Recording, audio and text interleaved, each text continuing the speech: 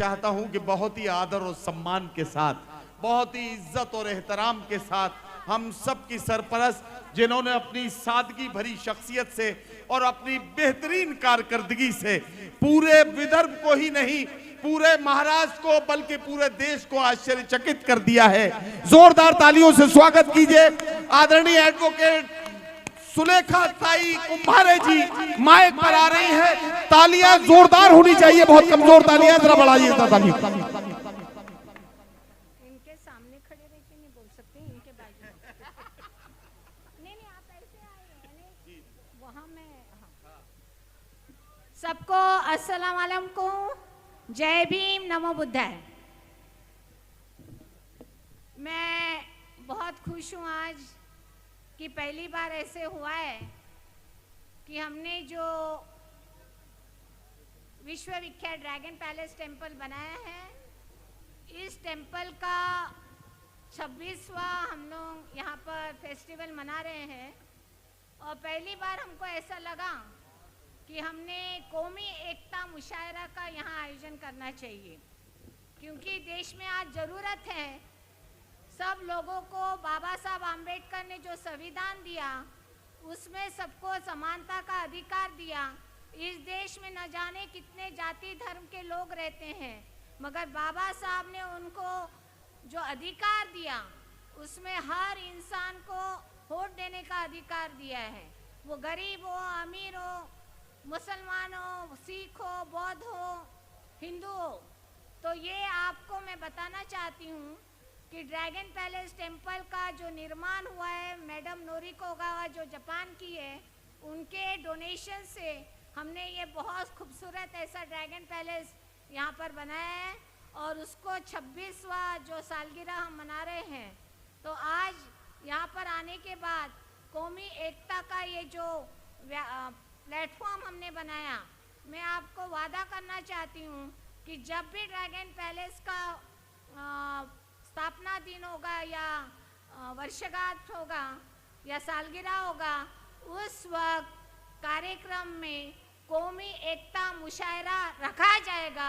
ये वादा मैं इसलिए करना चाहती हूँ। मैं आपको बताना चाहती हूँ कि मेरा एक बच्चा था आदिल विद्रोही, मैं उसको बहुत चाहती थी और वो भी मुझे बहुत मानता था।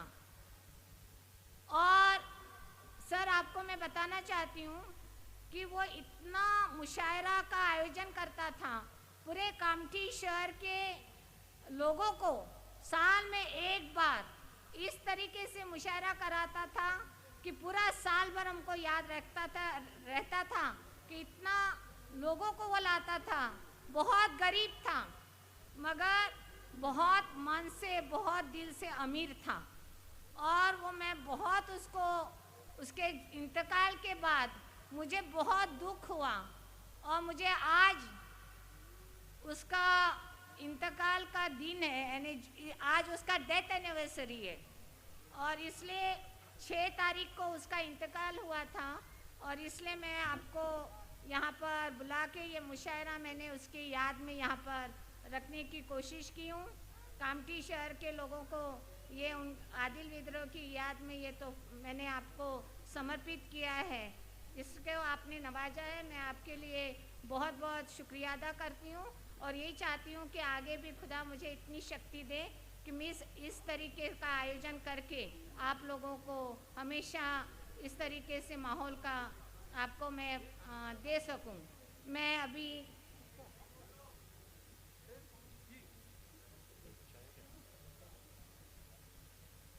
एक्चुअली अजय कदम जो आगे के, अभी तो ऐसा है ना रजा मुराद साहब, मैं आपको बताना चाहती हूँ माहौल तो ऐसा है कि अभी इलेक्शन का कोड ऑफ कंडक्ट डिक्लेयर हो गया है और ये अजय कदम मेरा मानस पुत्र है और ये कामठी की सेवा करना चाहते हैं। क्या आप उसको सेवा करने का मौका दोगे? हाथ ऊपर करके बोलिए, मौका दोगे?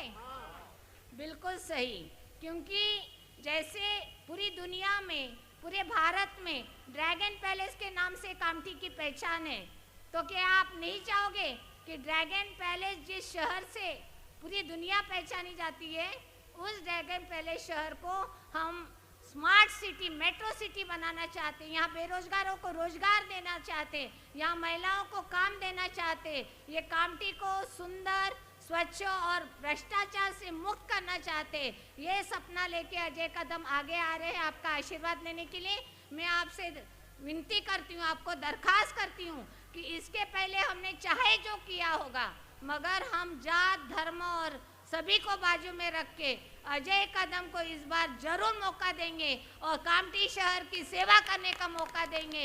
ये वादा हमने इस कार्यक्रम के माध्यम से आपको करना है। रजा मुराद साहब को क्योंकि हीरो रह चुके हैं और कोई भी फिल्म चलती है तो रजा मुराद साहब जब आते हैं तो उन्होंने अपने किरदार से अपनी खुद की एक आइडेंटिटी बनाए हैं।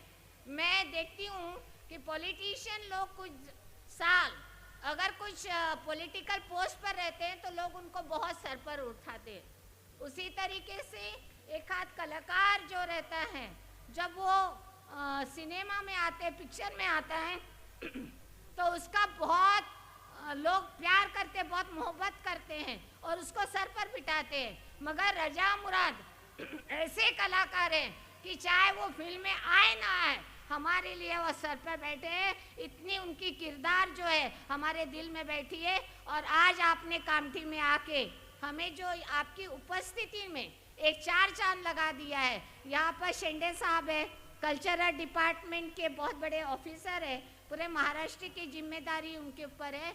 और इलेक्शन के कारण हमने सब नेताओं के फोटो यहाँ से हटाना पड़ा, मगर सुलेखा ताई एकमात्र ऐसी है कि उसका फोटो यहाँ चल रहा है, जबकि वो एक्स मिनिस्टर रह चुकी है।